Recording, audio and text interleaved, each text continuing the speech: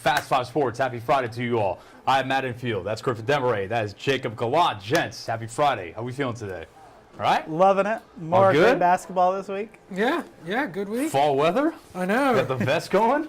Drip or drown, man. Drip or drown. Happy November to everyone out there. Special. It is kind of, I think we're kind of getting into fall now, although our friends Ron Childers and the rest of the weather team here said there's still some warm weather on the way, which I'm a fan of that. But either way, it's fall. We've got another slate of Friday Football Fever games on tap.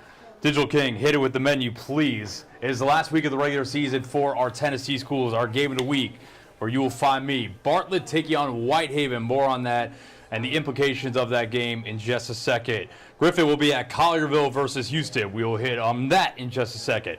There are still 2 weeks left, including tonight of the regular season, for our Mississippi schools. Hernando taking on South Haven in an all-DeSoto County battle. Another all-DeSoto County battle. The DeSoto Central Jaguars traveling to Horn Lake.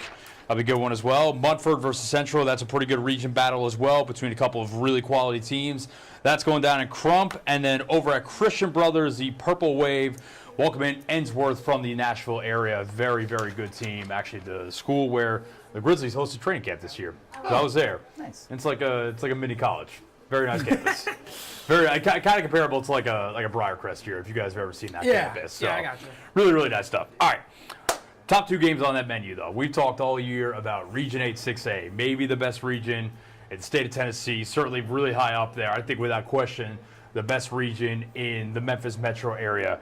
Game of the week tonight, Bartlett versus Whitehaven. Huge playoff implications. Let me lay this out for you real quick. There are 5 teams vying for 4 playoff spots. 3 of them have spots locked up. That'll be Houston and Collierville. That's going to be your game. We'll hit on that in a second as well. Bartlett has a playoff spot locked up. They do not have their seed locked up, though. So, Whitehaven tonight, if they win, they are in. If the Tigers lose to Bartlett at home, then they are dependent on White Station pulling off what would be a pretty big upset over Germantown to get in the playoffs. So, in all likelihood, I'm just going to call it, if Whitehaven loses tonight, they're probably going home. And, Leo, think about, we were sitting up here last Friday talking about they had a chance to take the region lead. So it like I said, it stinks that we have 5 really good teams. One of them is going to miss out on this dance. It is either going to be Germantown or Whitehaven going home. Story of this game, if you want to play some of this video, I think to me, 2 of the best running backs in the Memphis metro area. We've hit on it before. This kid, Christopher Talley for Whitehaven, a junior. I mean, you see this run right here. I think that I was at this game. I think this was a 96-yard touchdown run. I mean, just popped out of nowhere. What do you think? He's bottled up for a loss, and he takes it to the house. Great. He's a track and field star as well, so you can see that breakaway speed in the open field. Bartlett throwing the ball here, but really their offense runs through their star running back, Jerron Johnson. You've probably heard of him. Mississippi State commit. Going to be playing down in Starkville with the Bulldogs starting next year. We need him. One of the best. Hey, there you go. He's going to be Jeff Levy's boy soon enough. But, yeah, I think that these are 2 of the best running backs in the Memphis area on display tonight. Talked with both head coaches, Chris Smith for Bartlett, Rodney Salisbury with Whitehaven, about the opposite running back and the challenges they present, if we want to listen to that. He's a huge threat. You know, if he gets daylight, he's the kind of running back that you don't want to see have any daylight because he's going to take it all the way. He's got breakaway speed. He runs hard. He's the guy you have to have 4, 5, 6 guys around the football to tackle, to make sure he doesn't have any daylight to get out, because I've seen him get out of some things this year that normal running backs just don't get out of. He's a powerfully built kid, and they give him the ball. The key thing is they use him as a weapon, and they give him the ball in a lot of different form and fashion. So he's a bell cow, and that's the day and age of having a bell cow running back. He's the epitome of that. Rodney, got to show up those championship rings, baby. That was a heck of a background. I got to tell him next time I do a Zoom interview with him, he's got to tilt the camera down a little bit, because when he's on TV, if you know what a lower third is, the title, it looks like he's eating the lower third. So, Rodney Savando, 2-time state champion over at Whitehaven. But yeah, that's going to be, if you've ever been, you've been to Whitehaven football games. Great atmosphere. Oh, it's going to be crazy. Yeah, it's going to be wild tonight. I'm sure the Bartlett fans are going to travel very well. Speaking of great atmospheres, the game you're going to be at now, I think you have talked with Collierville and Houston folks today. Yeah. I mean, they're expecting an enormous turnout at this game. I mean, we're talking like 6,000 to 7,000 people, right? Yeah, we're talking packed house, especially for the stadiums around here not going to be able to hold what they're expecting by any means. So, yeah, it's going to be a massive game. I mean, for the title on the line. Yeah. And yeah, they're two schools they've been playing for. I think they said first game was '91. Very much a big rivalry in this area. They got a new trophy now this year called the Mayor's Cup. Nice. Okay. Kind of looks like the Egg Bowl for you college football fans, with a football right on top instead of what looked like an egg, basically. But yeah, I mean, it's going to be one heck of a game between two squads that are very, very good. Collierville yet to lose this year. Houston with one loss to Whitehaven, but doesn't matter if Houston wins tonight. They win the region. Yep. They earn that oh so important 1 seed as they try to go back-to-back in 6A. For Collierville, I mean, if they roll through the regular season undefeated, that would be a huge, huge accomplishment, especially compared to maybe where some people thought they would be at the start of the season. So I believe there's a graphic on the TSSAA website that lays it out. But either Houston or Collierville will be the 1 seed. But they're going to be the top 2 seeds no matter what. Yep. And then I believe if Bartlett wins tonight and Germantown wins, then Bartlett would be the 3, Germantown would be the 4, Whitehaven would be out. If Bartlett loses, let's say if Whitehaven wins, would probably be the better way to say it, then Whitehaven's the 3, Bartlett is the 4, and Germantown's done. So if you're a Red Devil fan, you are also very much a Bartlett football fan tonight, because the way it works is that Bartlett beat Germantown 19-0. Bartlett has the tiebreaker over Germantown, so that's why they're in regardless. But Germantown beat Whitehaven, so Germantown has that tiebreaker over the Tigers. So yeah, it's just crazy to think. You were talking about Whitehaven. They beat Houston, and I think a lot of us had them as a shoo-in, basically, for this postseason. We said, you know what? They're cruising. They're on a hot streak. They've kind of hit, I don't want to say a lull, but since that game, they very much, I think, maybe come down to earth a little bit. And things have gotten a little harder for them. Yeah, I just think that, I was talking about this off camera with Chris Smith over at Bartlett yesterday. It's just every team except for Collierville, obviously, because they're still undefeated. But they've had losses that kind of just go in a circle around the region. Yeah. And it just kind of speaks to the quality of football. I mean, you put any one of these 5 teams in almost any other region probably around here. And, I mean, they're cruising into the playoffs. But one of them is going to go home tonight. So you will catch me at Whitehaven High School with a live preview at 6. I will have full highlights coming up on Friday Football Fever at 10. You going to be out there at 5 o'clock at Houston? No, I'll be there probably right before. Making that up, okay. There. Me and Doc were actually talking before. That Mumford Central game, too. Yeah, it's good. Quality game. Really good. Yeah. Again, lower region, but that is still a fantastic game. Central, I believe, has only 1 loss, and I believe Mumford's undefeated. Yeah, it's Central. I haven't seen Munford this year, but Slade Calhoun, Munford's head coach, was one of the coaches for the AutoZone Liberty Bowl high school game last year. So I got to get to know him a little bit. My man's got a great, you ever seen him? Great beard. Oh, elite beard. Right? Kind of like, he's from Kentucky too. I think he's talked about, like, some people joke about, like, the Abraham Lincoln connection there with the beard and being a Kentucky native. Little Duck Dynasty action? You shot a Central game, right? I think Central is one of the better designed offenses I've seen this year. Yeah, I mean, Central throws it around the yard big time. I mean, I forget who they played in the game that I was at. It really wasn't a competition for the most part, but they just got a lot of weapons. They really do. And that Andrus Farmer kid is really good. He's for real. So, yeah, that's a really good lower region game kind of going on in this area, too. But that region off the top of my head has a bunch of really good teams as well, because you've got Melrose in there, you've got Munford. So, yeah, I mean, that's going to be a lot of weeks that would be worthy of being our game of the week. But when it's kind of a winner-go-home game in the best region in the city or in the metro area, that's going to take it. So you'll catch me at Whitehaven tonight. All right, let's talk a little college gridiron. Digital King, do we have a slate of college games? You know we do. We do. Let's hit it, so baby. Prepared. Let's hit it. All right, Memphis traveling to San Antonio to the Alamo Dome. I know that conjures up some bad memories for Tiger fans from the basketball side of things, going back to 2008, unfortunately. They're taking on UTSA, another key conference game. All Mid-South matchup going down in Fayetteville. Griffin Demaray's Ole Miss Rebels battling the Fighting Sam Pittmans, the Arkansas Razorbacks. Mississippi State, I mean, just thrilling non-conference matchup as they welcome UMass to start Vegas, baby.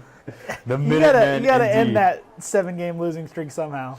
I think Kentucky versus Tennessee, kind of maybe not Tennessee's biggest rivalry, but definitely a rivalry of sorts, especially. I'd probably think of more on the basketball side a little bit, but that's definitely still pretty big football as well. All right, so for Tigers, obviously coming off last Saturday's heart-stopping, too close win over Charlotte where they give up the lead in the final 2 minutes just for Seth Hennigan take them on a 7-play, 75-yard drive in 49 seconds, capped off with a game-winning touchdown to Rock Taylor from 24 yards out, gave them the lead. They sealed the deal with a safety after that. They are, I think, like 16-point favorites tomorrow against the Roadrunners. UTSA was a team that a lot of people pegged to be among the players in the AAC. Hasn't quite worked out so far. Coming into the year, they were definitely a player, not just in the AAC, but for that group of 5 bid that we talked about each and every week. And they have very much underperformed to a level where I've seen many people call him for Jeff Traylor. Call him for his job now. Yeah. Because it's just fallen apart completely.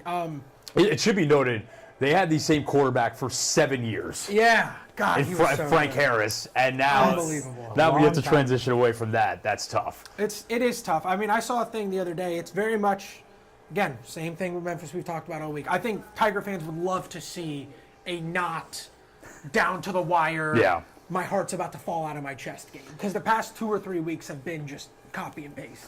So I was on with Brett Dorsworthy and Brian Dacus on Sports Radio 56 yesterday, and Stats obviously been in this region, been around here doing sports talk radio forever. And he asked me, he was like, why is there not as much excitement? Do you think everyone's waiting for a Tulane game? Like, what do you think it is? It's me. They're 7-1, but I think the biggest thing is, you think about it. Have they played a game this year as well as they played to end last season when they beat Iowa State in the AutoZone Liberty Bowl? And I think the answer is no. And you could say Iowa State had some guys that were hurt or opted out of that bowl game. You could say whatever it was. That was an awesome performance by the Tigers at home. You finish out the season.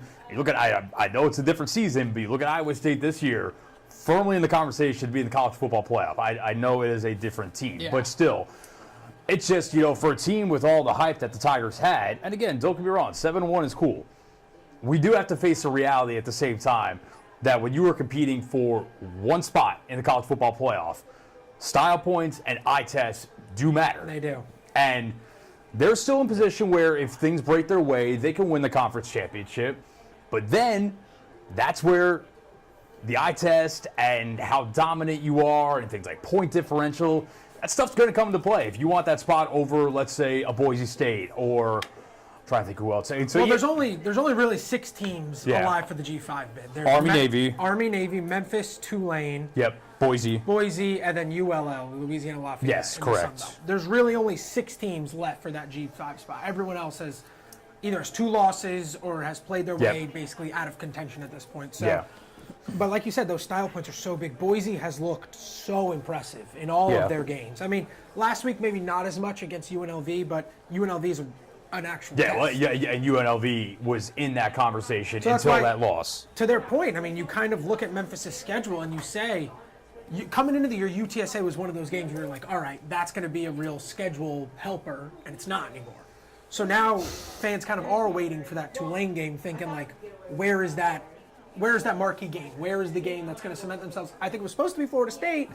Florida State is but then again, they're terrible. So Florida it's State just is booty. Again, it's kind of unlucky for the Tigers in a way because you were supposed to have these games against teams that were supposed to be good to help your resume, and they're not anymore. I wonder if it's a kind of a deal where the outside noise, the fans, the media, whatever, are viewing the team differently than they view themselves. Because when you're winning these close games, that a lot of times builds a stronger team. Yeah.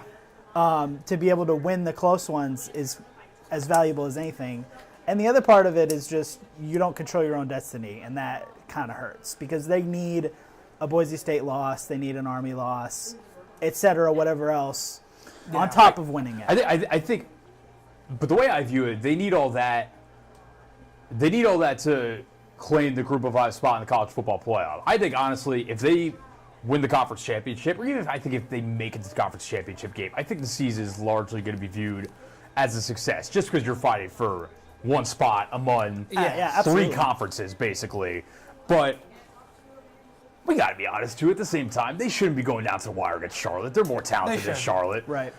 North Texas is an explosive offense, and they kind of took control of that game in the second half. A little close for, I think, most Tiger fans' liking. But, it just hasn't for a team that is returning a 4-year starting quarterback, their top 3 wide receivers from last year's team, you lose Blake Watson, who was your best offensive player last year, but you bring in Mario Anderson, who's pretty freaking good. He's been a stud this year. Defense, returning a lot of the same guys. You infuse some talent, guys like Elijah Herring, the linebacker from Tennessee.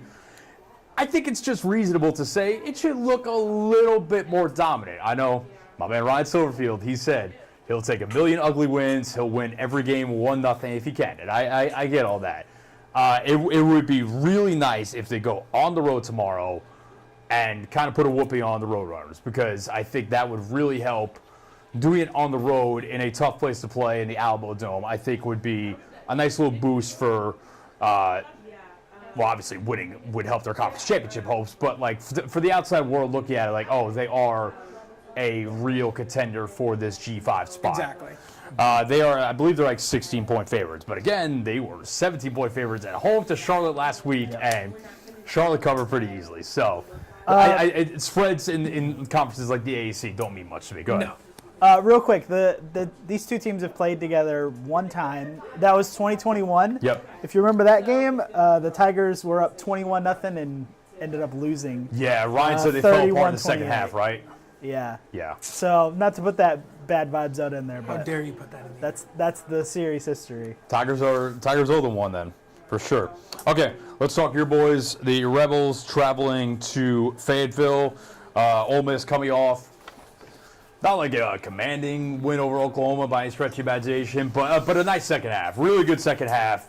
Put them away. I think they outscored them. What was it, 16-0 after halftime? 16-0. They had, I believe it was 8 sacks, 4 by Terry Perkins. So we had another big boy touchdown from J.J. Piguet. we did have another thick 6. That was nice. Is it a thick 6 if it's a goal line touchdown? I guess not. I guess technically it's not a thick 6. I think of thick 6s as like either defensive lineman like returning a pick 6, or it might. What if that offensive lineman from the Bears held on to the ball when he scored? Man, they tried making that brother the Fridge Perry, and it did not work. The Bears deserve to lose that game. I don't care Even if if they took it's the lead not after a that. thick 6, it's fun. It's fun. No, I'm a big fan. In the second half, though, you saw a much different team in the first half, and I think the question is, who comes out against Arkansas? Rebels in Arkansas, here's your fun fact for the day. Playing in Fayetteville, last 15 times they've played are 2-13. Not quite as damning as... Not quite as bad as playing in Baton Rouge, but very, very close. There's been some ugly Arkansas teams. Now, there were 2 years in there streak where they too. played in Little Rock and won. Okay. So, bit of a weird stat, but again, playing in Fayetteville has also been a house of horrors for Ole Miss. There's been some weird games against Arkansas the past couple of years. You had the one where the field was frozen 2 years ago and they lost 42-6. You had the 4th and 24, Hunter Henry over the head lateral that everyone My favorite remembers. play of all time. You had the 2021 52-51 game. So there have been just that was good. absolutely crazy games between these two. I believe the Reds are 7-point favorites going in. 11 a.m. kickoff. It's going to be interesting. Again, what team do you get? Do you get the first half team that came out? Because if you fall behind, Arkansas is much better than Oklahoma. They're not going to. I think it's what Arkansas team are you getting too, because Getting- they just put up 1 billion points on Mississippi State. I mean, 1 billion. Yeah, 1 billion. But that hasn't been there all year. No, I think State's defense is really bad. Yeah, Really, really bad. Oh, I know their defense is really bad. Yeah, I mean they only I believe worst in the Arkansas nation. only put up Let's 7 be on real. LSU at home a couple weeks Right. ago. So yeah, you're similar. Which teams come out and play? I think it's a game that Ole Miss should win, but are they looking ahead to next week? Are there thoughts on Georgia a little bit? I know you can't look ahead, but everyone does it a little bit. So Have you guys been to a game in Fayetteville? I have not. I've not been to Hog Heaven. Man, I'm just thinking about that Tennessee game a couple weeks ago. Looked awesome. Looks like a sick environment. yeah. I'm with Plus you. they got the hog statue up front. Yeah. That thing rules. I'm with you. It's two teams that you don't know what you're getting week to week. No clue. Yeah. Right. It would not surprise me in the slightest if Ole Miss went in there tomorrow and absolutely dominated. Yeah. It would also not surprise me if Arkansas won by a touchdown. Couldn't tell you what's going to happen tomorrow. That's what makes it fun. All right, it feels like the college default. football is so great. It feels like the default line for Arkansas against ranked conference opponents is it's always a touchdown. Like the line's always a touchdown. Always a I touchdown. think they're a touchdown against LSU too, and obviously that did not work out all that well. But Yeah, and I think there were only like 9 to Tennessee, so it was like always right around there. Yeah. Yeah, 10. It was like 9 or 10, something like that. So, yeah, that'll be fun. I mean, obviously, like we've talked about, every game from here is must win for Memphis. Every game from here must win for Ole Miss. Except, even Georgia's probably must win now. You're not getting in with 3 losses. Yeah, for sure. I'm with you there. Especially with the way things are shaping out. Compared to the beginning of the season's expectations for Arkansas, they've kind of already beat them. They're heading to a bowl game. Yeah. So I think a lot of people were not expecting that at the beginning of the year. Good for Sam. They got to the 6 wins. What is the line? We don't have to spend too much time on UMass Mississippi State, but what's the line? Do you know? I don't have that on me. Jacob, I hate to give you the bad news. UMass is going to the MAC next year. That is devastating. We know Mississippi State's had some trouble with MAC teams. Toledo? Big trouble. Let me see if we can find this real quick. Yeah, UMass is one of those teams that everyone just schedules to get an easy win out of the way. Mississippi State's 7 straight losses. No better time to end that right now. Here, though, usually it's right before the Egg Bowl. Bulldogs, 18.5-point favorites. Okay, I think that's fair. They've got Missouri before the Egg Bowl this year, so interesting. Kind of different. Interesting schedule. But anyone who thinks that Mississippi State has a chance of losing this game because they're so bad, I implore you to watch UMass. I beg you, UMass. UMass is so a disaster of a program. They've been horrible since they moved up. It's been just a train wreck at UMass. They're really failing upwards going to the MAC next year. However bad the Toledo loss was, and it was horrible, losing to UMass would be infinitely worse. Oh, yeah, for sure. So, Zero questions asked. Good way to think about it. Put up a lot of points. I think you guys put up a lot of points. I think they will. Yeah. I mean, that offense has looked solid since Van Buren came in. Yeah. Again, UMass is just so bad. You kind of have to put up 50-plus this week, or else it's like, what are you doing? Do you think with the way Van Buren's playing right now, this is a situation where they're going to have to back up that NIL truck a little bit more this offseason to make sure he sticks around? Are we at that point yet? He's played pretty well for a true freshman. It's possible. Yeah. I'm sure Mississippi State has the money to keep him around, but yeah. I mean, I don't think Lebby would want to lose his guy after 1 year. So yeah, it's a new world, though. You kind of a guy you want to going everywhere. Yeah, but Mississippi State just had a pretty significant donation to the program, right? I think they had a booster donate like $8 million. I'm sure that was to more than just NIL, anonymous, but yeah, I do remember. But it's people with some money around there. Subtle flex. All right, Kentucky going to Knoxville to take on Tennessee. Obviously, the Vols, again, like we said, they're coming off a bye. They beat Alabama a couple weeks ago. Really quality win for them. They're also kind of in a need-to-win-out situation from here.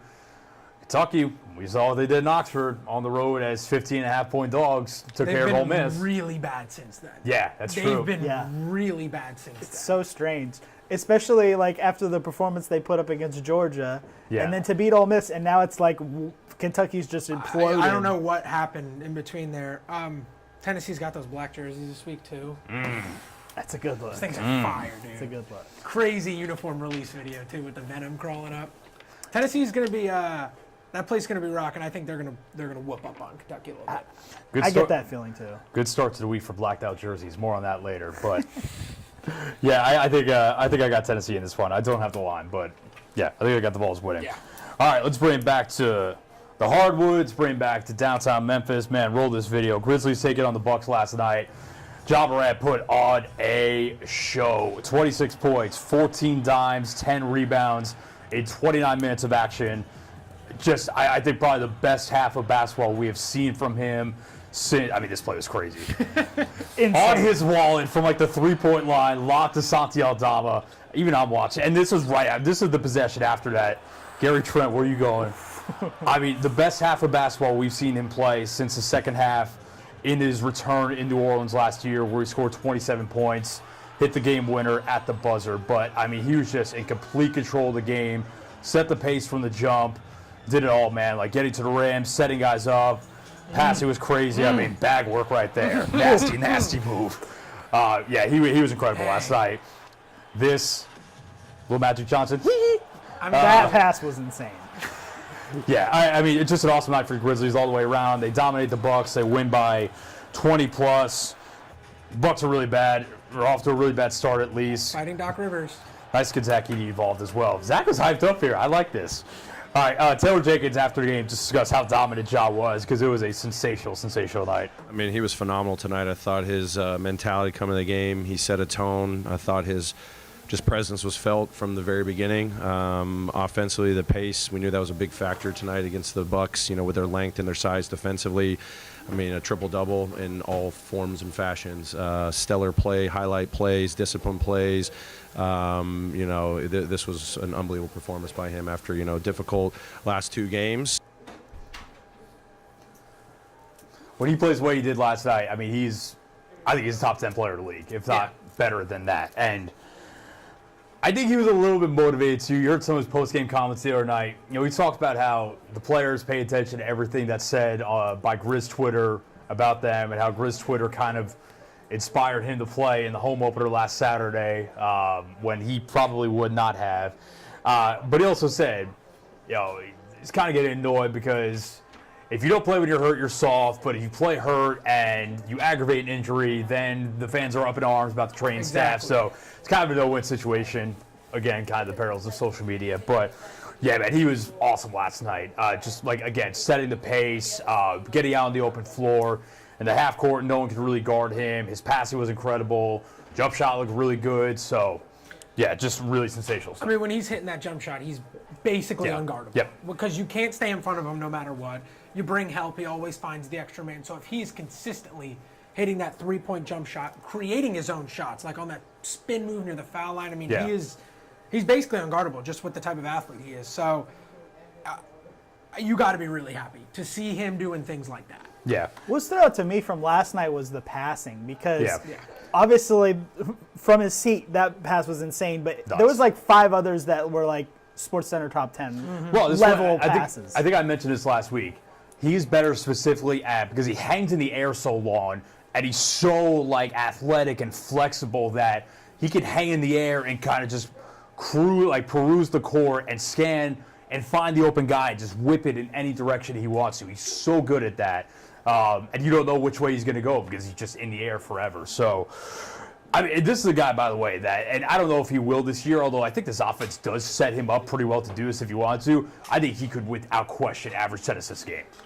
Yeah, I mean, the way they go up and down now, it's just so high tempo, especially if he's pulling down 10 boards. He's getting it and he's going. He's not waiting for Edie to get him the ball. He's out immediately. I don't think he's ever had this good of an offense around him as well. We got Jaren. I mean, he'll be healthy soon. He's healthy, but kind of still coming back. Ramping up. But a healthy Bane, a healthy Jaren, plus Edie. That's a really good offense that he hasn't played with. And the way Sante's been playing to start the year. Well, and they're getting Vince back soon. Gigi Jackson in the next, let's say, I think probably 2 months. Like Gigi said earlier this week, Gigi had a hilarious interview on Run It Back on FanDuel TV. Gigi's a trip, but I think he said he'll be back. He's starting late December. It must be said, this new look offense that Taylor Jenkins said there are going to be some growing pains and it might not always look great at the start. Offense has been certifiably awesome so far. Yeah, minus the occasional droughts in the third quarters, but I think that's all about finding what personnel gels with each other. You got to find who stays on the court. When you brought it up last night, there wasn't a moment when Ja or Jaren was off the court. Yep. And I think that's kind of what they're realizing. One of them has to be on it all. Yeah, well, especially we're going to hit on these Desmond Bane and Marcus Smart injuries in a second. But to me, I think you talk about some of the third quarter lulls offensively. I think the biggest reason for that is in those third quarters and in the losses to the Nets and the Bulls, Rockets last week, even a little bit against the Magic.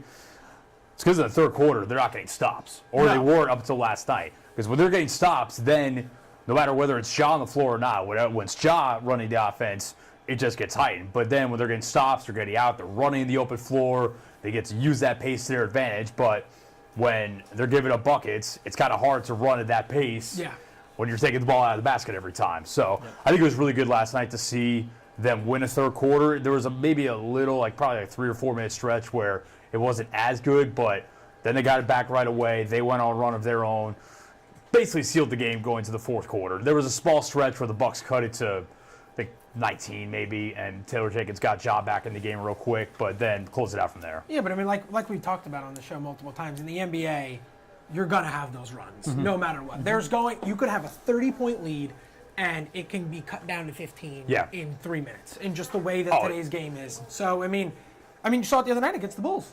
20-point leads in the NBA right now in 2024 are the fakest thing in the world. Fakest thing in the world. Especially when you're up against the, second or third best player in the world in Giannis? Yeah. I mean, Yeah.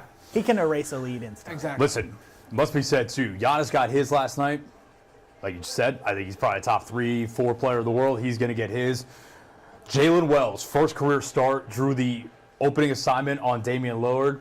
And then when either he hit the bench or when they subbed Ja out of the game, Scottie Pippen Jr. took over that assignment. They had Damian Lillard in hell last night. 4 points. I'm not sure what he shot, but just a complete non-factor. And Taylor Jenkins said post-game that shutting him down was a key point of emphasis. And Wells and Pippen, a rookie, and Scottie Pippen Jr. said post-game. We don't have the quote now. We'll try to get it later. But he said, I took it personally. I took that matchup specifically personally, talk about going up against Damian Lillard, because one of the coaches on the Milwaukee bench didn't believe in me. Gonna put 2 and 2 together here. That coach was one Darvin Ham, the old Lakers coach, who Scottie Pippen Jr., remember, the Lakers essentially cut him from their G League team, and that's how the Grizzlies ended up signing him. And now he's flourishing in Memphis. Darvin Ham was on that staff. Boy, they got Doc Rivers and Darvin Ham. They're They're just setting up for success over in Milwaukee, man. I mean, getting Chris Middleton back will help a little bit, but yeah, I mean, we're a week into the season, and there are already the little rumblings here or there. It's not like the Shams bomb or anything like that. Rest in peace, Woosh Bombs. The man himself, even though he's not dead or anything. He's got a different job, but Woosh Bombs are dead. Not Shams bomb or anything. You're already starting to hear these whispers like, oh, Giannis might be the next domino to fall. Oh, if Giannis wants to trade, these are teams he might want to go to. I don't think it's going to end well in Milwaukee. And it all stems back to whether you think firing Mike Budenholzer or not was the right call. I kind of got the decision. But then when you fire the next guy 43 games in and you hire Doc Rivers to replace him. Yeah, you don't know what you're doing as a group. I mean, I have no words. Doc Rivers, I'm a Sixers fan. I've watched that man time and time again make horrible decisions late in games in the playoffs. Yep. So, very questionable.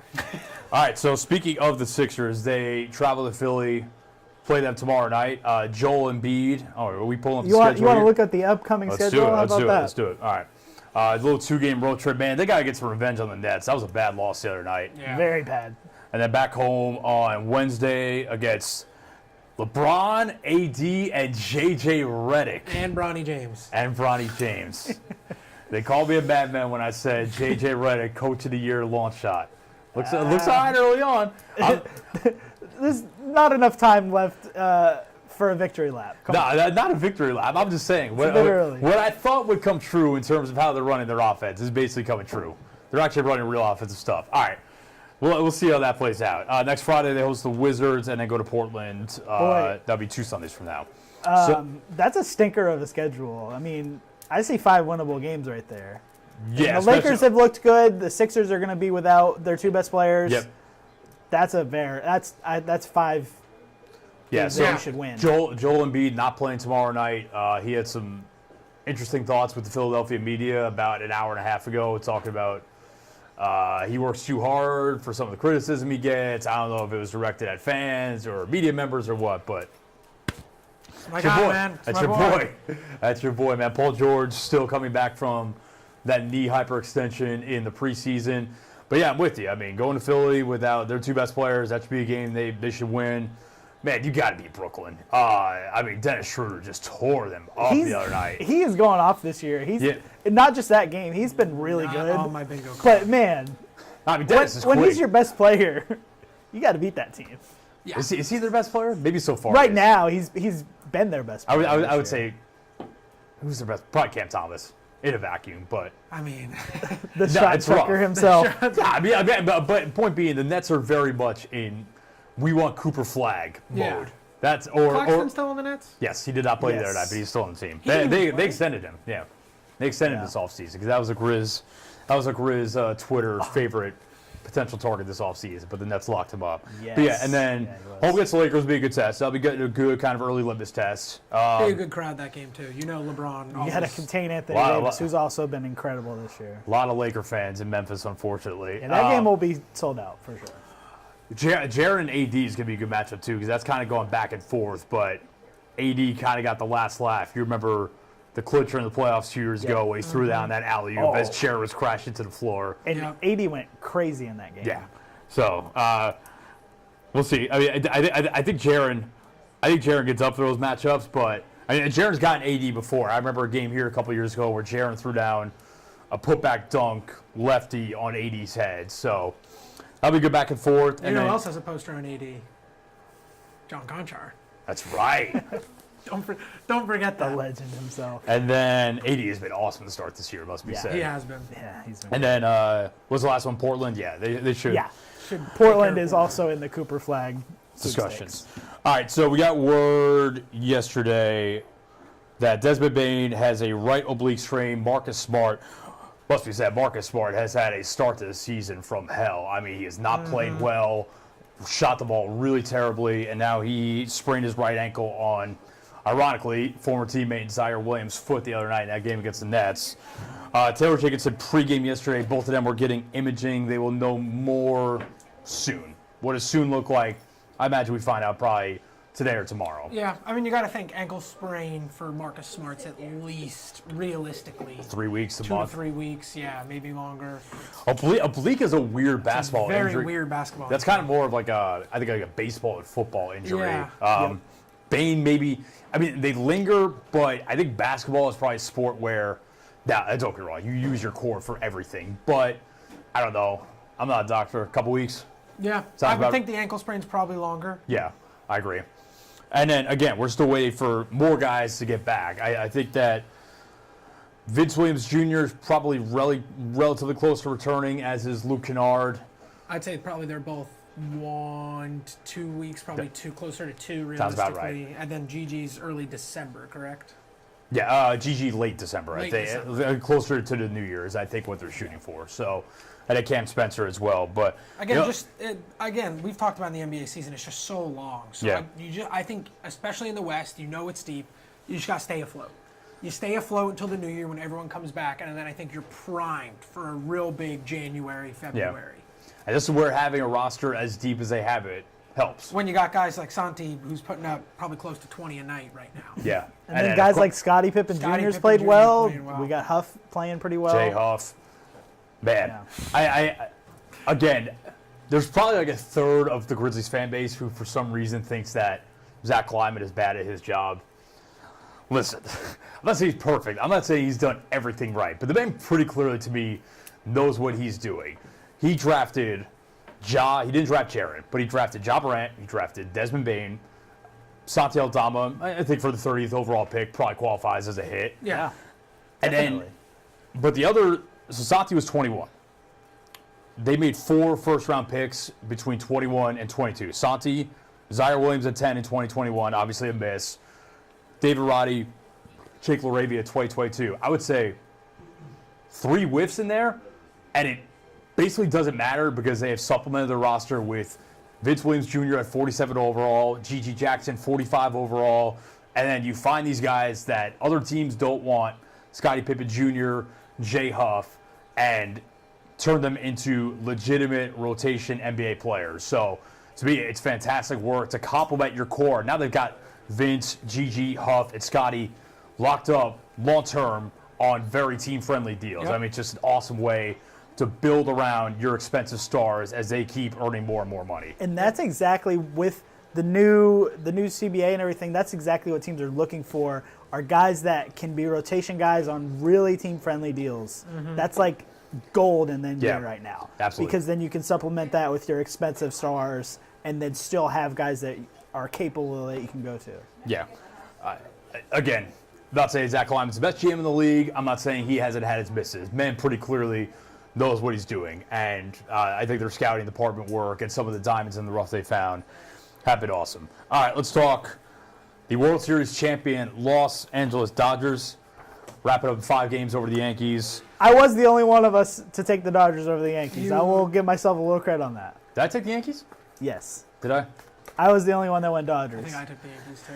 I said, man, it's crazy because the reason I did not think the Dodgers would win it all at the beginning of the postseason was all the pitching injuries they had. Guys like Tyler Glasnow, Clayton Kershaw to an extent.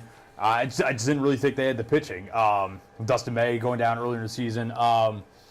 Yeah, I didn't think they had the pitching. And the funny thing is that in this World Series, you probably could have sold me on the big bats all go crazy, and that's what carries them to victory. The only big bat that really went off for them was Freddie Freeman. Now, Freddie Freeman really, really went off. Yeah. Home runs in the first 4 games of the series. But Shohei Ohtani didn't do much. I think a big part of that was probably the injuries, the separate shoulder in Game 2 that he somehow played through. Yeah. Mookie Betts didn't have a huge series.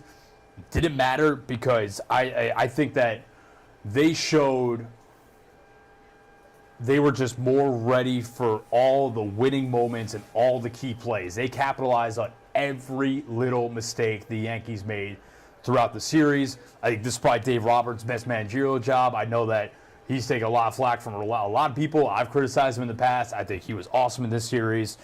And yeah, just the resilience, going down 5-0 in Game 5 at Yankee Stadium. Now all of a sudden you're facing, all right, we could be going back to LA up 3-2, but the Yankees had the momentum. And again, the Yankees admittedly just kind of peed on themselves in that game. But yeah, but the Dodgers took advantage, which is what great teams do. Yeah, you said it best. They had guys who had been there and done that before. Mookie Betts, been there, done that. Freddie Freeman's done it before. I think a lot of the Yankees, they haven't been in that moment. I mean, Aaron Judge. Exception of Garrett Cole, but yeah. Yeah, I mean, Aaron Judge. Juan Soto, too. Very much. Yeah, true. World Series champion Juan Soto. True. But, I mean, your big guys, Judge had, just a stinker of a series. I know he had that home run in Game 5, but, before that, he was just terrible at the plate. Chris Paul hits a huge 3 to cut the lead to 42 type home run. Nah, not quite. Not quite that. And then he drops the fly ball, which that's the funny thing is I think that when I was watching him, he had a good at-bat at the end of Game 4, and then I'm watching Game 5. It's the home run. He barely misses hitting another one later in the game. Mm-hmm. I'm sitting there, I'm like, he's locked in. Like, he's on everything right now. Like, he's back on time. And then he drops that fly ball, which starts that whole 5th inning. Garrett Cole, as we said, too. I don't know what you're doing not covering first base in that situation. I've never seen that in my life. Yeah. Horrendous there. Usually every pitcher just runs over no matter what. Yeah. Especially with, that was Mookie, right? Yeah. And yeah. I think that was Mookie Betts. Like, you got to get there real quick because obviously Mookie can move. So, yeah, man, well-deserved World Series win for the Dodgers. Took care of them in pretty dominant fashion in that series.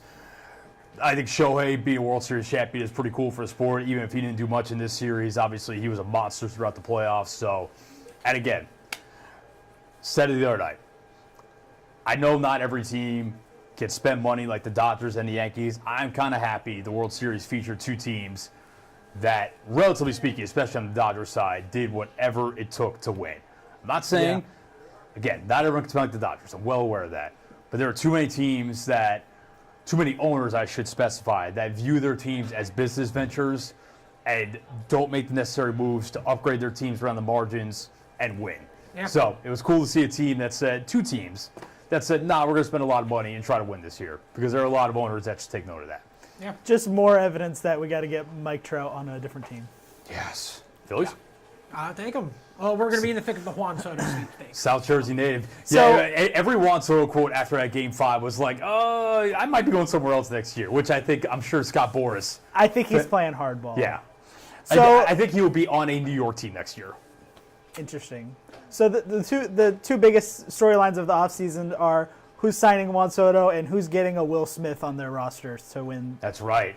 Was it 5 straight? 5 straight World Series with a Will Smith. And Will Smith has been on the roster. Dodgers catcher Will Smith 2020, reliever Will Smith, Braves, Astros, Rangers 23, and then Will Smith catcher again. What a run for that guy. Yeah. And there's also a part of me that feels like it's justified for the Dodgers in terms of, right or wrong, I think it's kind of silly, but like people view the bubble rings differently. Obviously, they didn't play in front of crowds in 2020. Is what it is. Everyone faced the same set of circumstances. It's still tough to me. You still got to win games. Still had the best team that year. And I agree, they had the best team that year. But now they have one where they celebrate on the visiting field. Now they get the parade in LA, so cool for them. All right, NFL Week 9. I'm just going to say it right now so you guys don't have to. The Jets are back. Kind of. Nice win last night, though. We'll take it. Baby steps. I mean, here's the thing. They look better. Here, I'll give you that. Second half. Here's the thing, Ben. Like, I'm not saying they're a good team because I think they're a really stupid team and they make a lot of really silly mistakes. And they're definitely flawed in a lot of areas. I will say they're probably a competent field goal kicker away from being 5-4. We'll give them, or even 4-5 instead of 3-6. Again, part of it is what it is. No one cares about the what ifs, but yeah. It was nice. Hey, listen, man, that Garrett Wilson had 2 wild touchdown catches last night, especially the jump man. The jump man. Shout out to Devontae Adams, his first touchdown as a Jet too. Yeah, second half looked really good. Whether they can carry that, I'm just saying the schedule gets a little bit lighter from here. We'll see. Do we have an R? I do know another team that's had a lot of kicking problems that is 6-2. So just throwing that out there as well. Packers. Yeah, that's fair. I don't think the Jets are as good as the Packers. I would hope not. Sorry, neither of them as good as the Eagles. So Eagles rolling a little bit right now. Well, what games do we have our eye on this week? I mean, obviously Packers-Lions is going to be huge. That's the headliner that's tonight. the game of the week. Yeah, I don't know if Jordan Love is playing or not. I don't think think anybody knows at this point. He practiced again today. He's been limited in practice. Mm-hmm. He was limited in practice earlier in the season and ended up not playing, I think, for 2 weeks. So we'll see. They're playing games, though. Like, I feel like he sprained his MCL. No, like, they were playing games. I don't think there was any shot he was. You don't think they're playing games this time, though? Maybe not. I don't know. I also think that this is a game where they're likely to push it because you win this game, then they go to 7-2. The Lions drop to 6-2. Yep. Might be in position to at least give yourself. You might not take firm control of the division, but you definitely got a shot to put yourself in the driver's seat a little bit. Yeah. Yeah, big game in the North. Big game in the North, especially with what Minnesota has looked like the past 2 weeks. Very much falling Yeah, this could be a decider in who's taking that division. I'm trying to see what else. I mean, you get the Joe Flacco return Sunday Night Football. Yeah, you can watch that right here in Action News 5 against the Vikings. So I don't know what your guys' thoughts on that are. To me, like, I think that whole situation is silly. I'm going to go out on a limb and guess that Anthony Richardson has lost the locker room a little bit with pulling himself out of the game. It's about the tired thing. Yeah, it is. And Irsay, I'm sure, got involved a little bit because, to me, it's the same front office, same coaching staff, but you knew this guy was a developmental project when you took him with the number 4 overall pick last year. He has played 10 games in the NFL, not even 10 complete games because he's failed to finish a couple of them with injuries and whatnot. So I think there are too many smart people in an organization to say that they're just giving up on Anthony Richardson now. If they are, it's really silly. If they are, I think it's coming from Jim Irsay. Because, and listen, full stop, he's been bad this year. He's regressed from last season. Yeah. But if you're going to draft this profile of quarterback especially, you got to give him time. I think with what you said about losing the locker room, I think if this team was like 2-6, it might be an easier pill to swallow. But they're 4-4; they're in the hunt of it. Yeah. And those guys in that locker room got to be thinking, why are we not putting out the guy who's given us the best chance to win? There could be an element to that, to where we want to make a run this year because we have a talented team. I Flacco is better right now. No, I agree with that. What if the Bills gave up on Josh Allen after 10 starts? And I understand that, like, Josh Allen is the ultimate development quarterback ceiling hit. Not every quarterback of this profile is going to hit like Josh Allen did. But what if they gave up after 10 games? Yeah, that's fair. I don't think those Bills teams were really expecting to win that much that year. Were the Colts really expecting? I view the Colts going into the season as. I think they are. I think that team expects it. Whether they're good enough to win the division. Let me pose this: if they get the 6 or the 7 seed with 9 or 10 wins and get bounced to the first round, is that really worth stunning his potential development? To me, I don't think it is. But no, but I get the locker room side of things. Right. If the team is all going, why are we not trying to win? Yeah, I get that. It might be stopping the bleeding a little. I imagine it's going to go 2 ways. Either they keep winning with Flacco, or they win with Flacco. Listen, Flacco has been serviceable this year. He has been great, but he's been serviceable and definitely better. At a certain point, the clock will run out. Like, he's not going to continue to just, like, pull magic out of a hat and be unbelievable. Right. Like, at a certain point, it's going to stop. Yeah. As a multi-team Josh Downs fantasy owner, big fan of Flacco starting because he gets in the ball. But they're either going to win Flacco and be in contention, or they'll start losing. I think they'll put Richardson back in that. Yeah, I mean, my only thing to what you said about the worry about stunting his growth a little bit is that it has been so bad. No, it's So been you awful. risk. I mean, I think leaving him on the field, is he really going to develop that much more? Or do you have Maybe. a Bryce Young situation where you leave him on the field because you want him to develop, but it just continues to get worse and worse and worse? So maybe the sitting him down's the right move. I mean, again, these things you can only just wait and see. Luckily for Anthony Richardson, he's not 5'10", and he's got But it freaking does bazooka of an arm. It but- does feel a little similar to that situation where it felt like things kept getting worse every week for Bryce Young. So it's like, let's bring in the veteran in here. Yeah. And it kind of feels like the same deal. Anthony Richardson, it's like every week he's like, oh, he's having an even worse He's 2 performance for than last 15.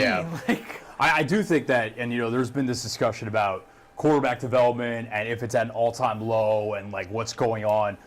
I do think it says something that, and I'm not going to overhype them the way that they have been by and large, but talk about those two situations in particular. I don't think it's a coincidence that you go from two young guys in Bryce Young and Anthony Richardson, you bring in Andy Dalton and Joe Flacco, and Andy Dalton especially came down to earth. Joe Flacco, I think, has had moments where competency has been overhyped as elite play, but I don't think it's coincidence that those two guys absolutely upgraded those offenses because they know what they're seeing pre-snap. They know what they've seen every defense imaginable. Like they know what they're looking at. So I do think it kind of says something about quarterback development in general, that these guys are struggling, and you bring in these old vets that you wouldn't expect much out of, and they've raised the ceiling and the floor of those offenses to points that Richardson and Bryce Young have not. So, yeah, we'll see. I hope Richardson plays again this year. I would like to see some growth. I think you will.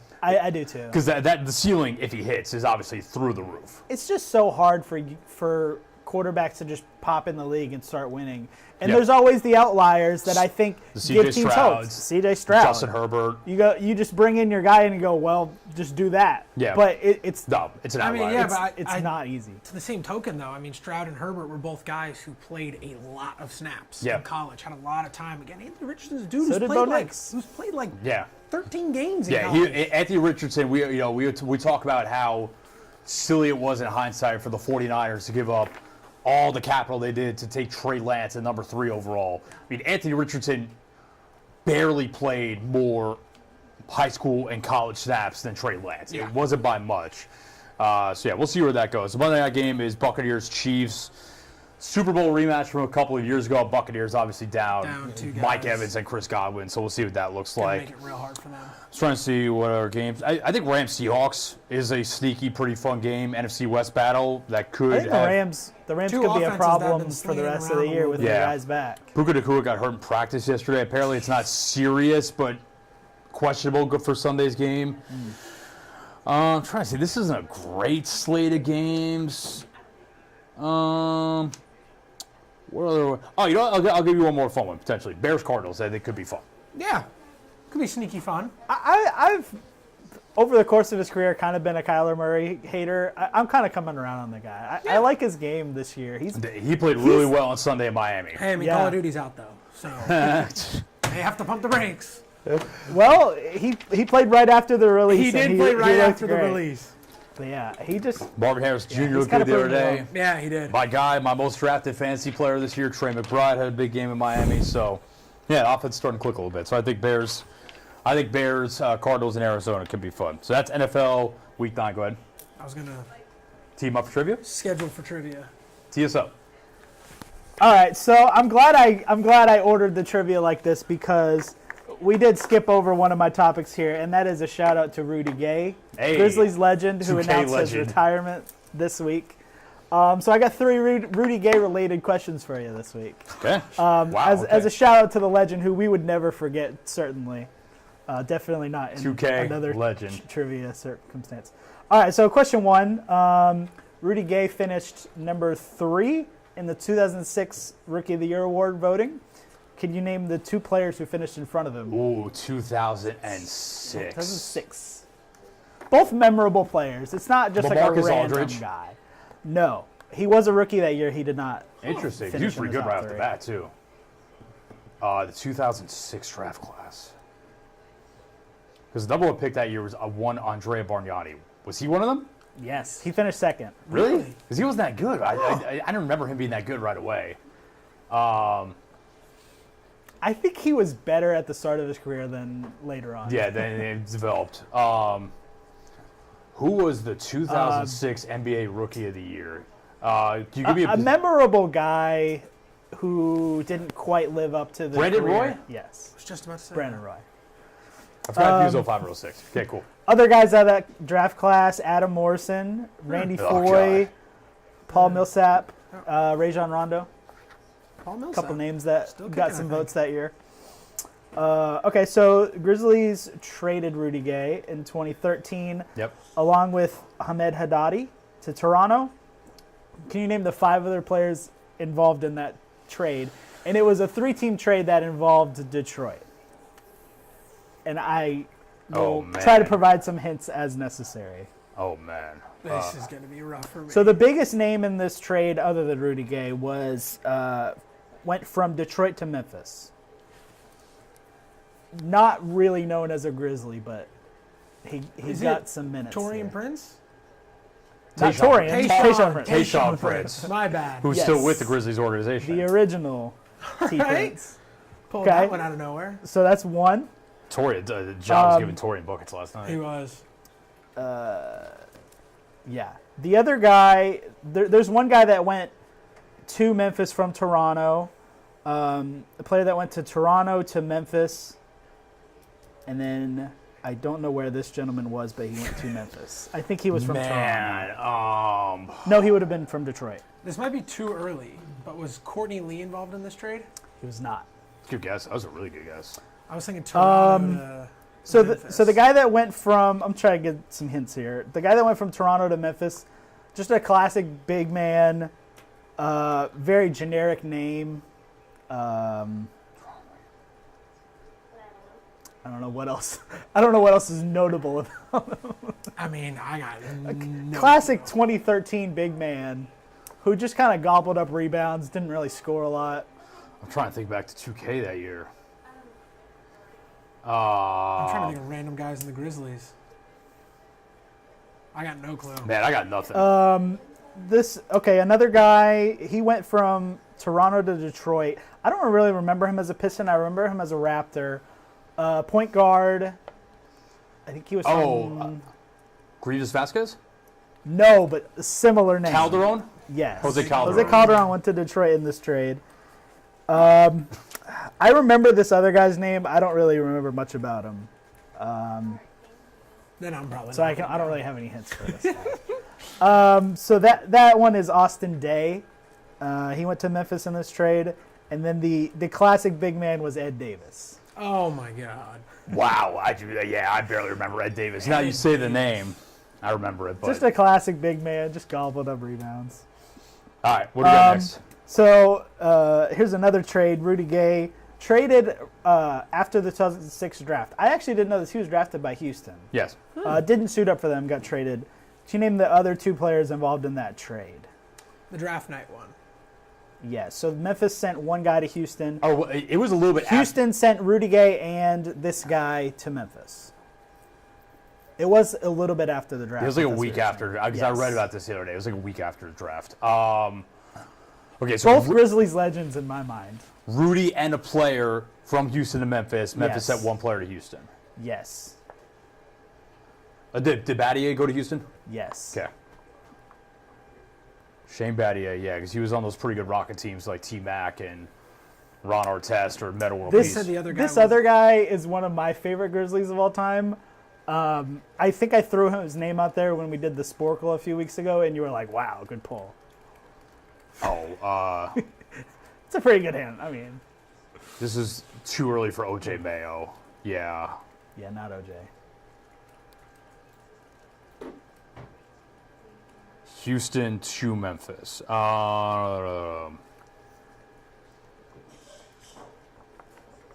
This guy was Position? power forward. This guy had some nasty blocks. His block highlight reel is nice. His block highlight tape. Block highlight tape. I got one. I'm out. Stromile Swift. I don't want to think of Stromile earlier than that. One of my favorite Grizzlies ever. That's all we got. Rudy Gay Center trivia. That was my 3. Met Rudy last Shout year out. very briefly at Marcus Hall's jersey retirement. Like a very quick interaction. But seemed like a nice guy. I've heard nothing but good things about him. Yeah. And I dunked on a million people with him in 2K12 and 13. So And he could always get you a bucket No matter when what. the times were tough. good score. Shout out Rudy Gay. Congratulations on a great career. Shout out us for another great episode of Fast Five Sports. Yep. Gentlemen, it's always a pleasure. That's Jacob Gallant, Griff Demeray. I'm Matt Enfield. You will catch me at Whitehaven High School tonight for our Friday Football Fever Game of the Week. Preview coming up on Act Shoes 5 at 6. Full highlights tonight at 10. See him, say hello to him at Collierville, Houston. That'll be a banger as well. And, yeah, that's all we got. We'll be back next Friday. Until then.